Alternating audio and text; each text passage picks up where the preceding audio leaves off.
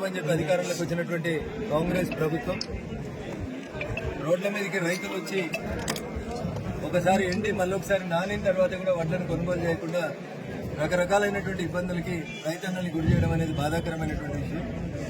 Packs ఆధ్వర్యంలో కొనుగోలు చేస్తున్నారా, ఐకేపీ ఆధ్వర్యంలో కొనుగోలు చేస్తున్నారా, ఎవరు కొనుగోలు చేసినా రైతన్నల వడ్లని రోడ్ల మీద మేము పోతా ఉంటే హైదరాబాద్ నుంచి ఏ రోడ్డు పోయినా రోడ్ల మీదనే వడ్లు కనబడడం అనేది నిజంగా దురదృష్టకరం.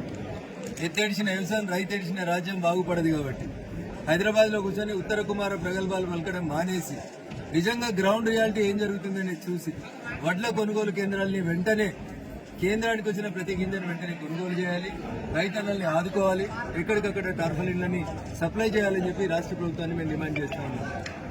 సన్నవడ్లకి 500 రూపాయలు ఇస్తున్నామని చెప్పి కేవలం సన్నవడ్లకే వాటిని పరిమితం చేసి మిగతా రైతన్నల్ని అనేక రకాలైనటువంటి అవస్థలకి గురి చేయడం అనేది బాధాకరమైనటువంటి. ఇక ఈ రోజు ఓపెన్ చేసినటువంటి ఈ సొసైటీ విషయానికి వస్తే